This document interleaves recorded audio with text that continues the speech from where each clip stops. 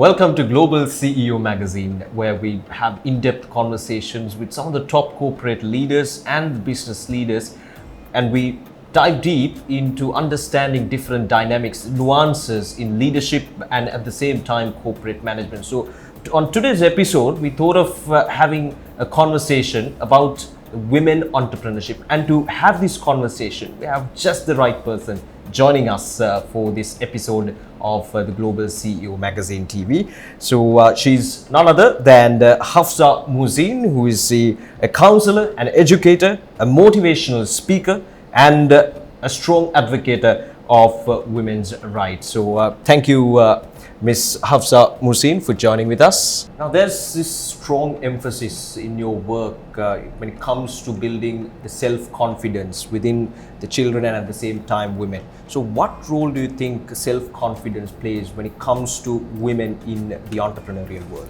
I advocate for building confidence as an essential tool.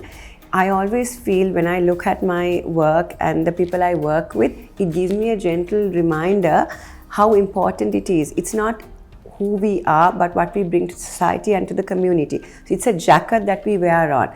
Confidence is the main tool or the body that shapes who we are. It helps us to judge. It builds community. It builds spirit. So when we lack that, we don't give a positive outlook to who we represent, the brand we represent, or what we want to highlight within the community. So yes, definitely, it is very important. And we have days that we lack a little bit of confidence, but we need to move forward with a positive outlook. Now, you did mention about some of the charitable initiatives that you have taken. So what do you think, or how do you think these initiatives like, charities, for an example, the SLWAQ charity that supports women in Qatar. So how do you think these initiatives helps women in the entrepreneurship world, or who are keen to get into the entrepreneurial world? Actually, SLWAQ is the first Sri Lankan Women's Association, and I was part of it, and I was a senior advisor there. And it was a dire need in Qatar, because we have different kinds of women from different backgrounds, and the highest amount of women there are home owners, like home small businesses, and they don't get a platform to highlight their talent because there's a lot of lack of help, platforms where they can come and highlight it, and obviously for financial reasons. So these charities have enabled me to help them, guide them, and help them build bridges with the necessary people, platforms to give them the social collaborations with people, and also to guide them. And it also has been an opportunity where in the community that others get to know there are women like that who are doing a great service. So it's kind of been an eye-opener for me and my team of people who have been helping, who have become very good friends, to continue this work in the community. Now, when it comes to women in businesses, they face a lot of problems. Problems could be cultural problems, financial or societal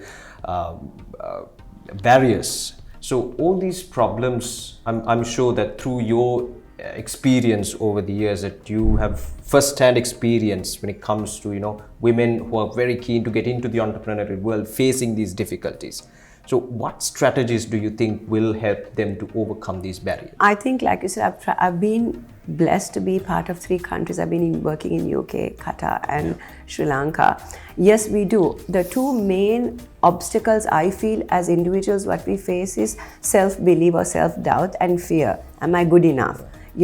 So when you face that barrier, it is easy to take the first 2 steps. Yeah, like you said, there is cultural barrier, social barriers and financial barriers. So these 3 have to be addressed differently.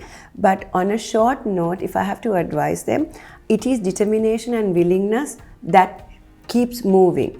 In my line of work, I always say I love the letter P because it reminds me of perseverance, passion,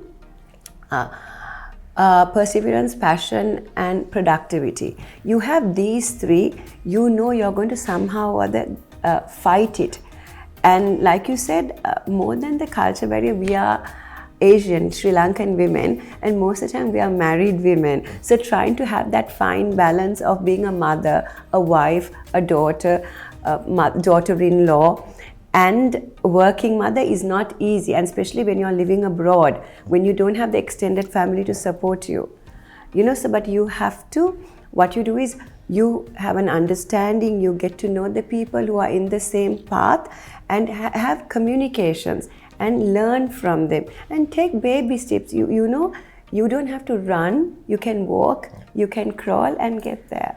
Now, the secret recipe for any entrepreneurial venture is having the right passion and at the same time having the right purpose. So how do you align this passion and the purpose, especially for women? I think passion is the tool or the fuel that gets you going. You get up in the morning because you're passionate about it.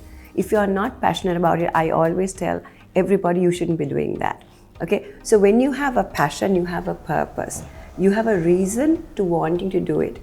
But the thing is, every passion cannot be a goal, or every dream cannot be a brand. So you have to do the ground research. You have to seize the opportunity and see, is this for me? Will it work? Do all the research and go and meet people, have discussions, have communications, and educate yourself, because it's going to be a roller coaster ride. You're going to face challenges, you're going to have setbacks. That's where we're going back to the first question, where the confidence come in.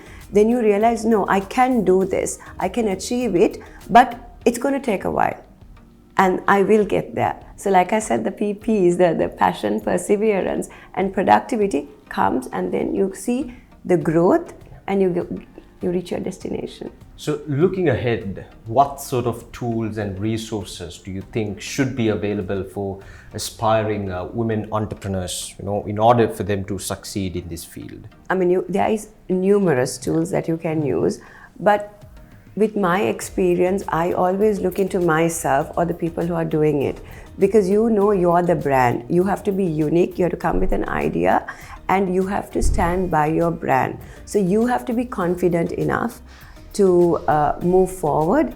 You have to be perseverance, you have to have dialogue, communication, where you work within a team, that you can give your ideas and you listen to what they are going to bring in. So when it's needed, you shine. And the most important aspect is a leadership quality is discipline. You have to be present, having a positive outlook to things. So these are things within yourself that you need to have. And also now we have other tools like the social media platforms, then we have the banks, then we have organizations like you all who promote and who have been through this strategies and use different methods. So read about it and see if this is what it is. Don't forget to ask help where you need, and more than anything, if you are going into a certain profession, be educated, be aware, be mindful of the challenges, and get yourself some kind of qualification, because that helps you. And remember, which I tell most of my workshops wherever I go, is attention is the currency to success. You have attention, you have the focus, you can achieve it. Right, so with that, we would like to conclude our conversation with Ms Hafsah Muhseen, who joined with us amidst her busy schedule. So thank you for joining with us once again, and it's such an honor to have you here with us. Thank you so much. I need to thank all of you all, the whole team, for being patient and having me in a short notice. So thank you so much. Right, so that concludes our program here at the Global CEO Magazine TV. And until we meet again with another episode, it's goodbye from Global CEO Magazine.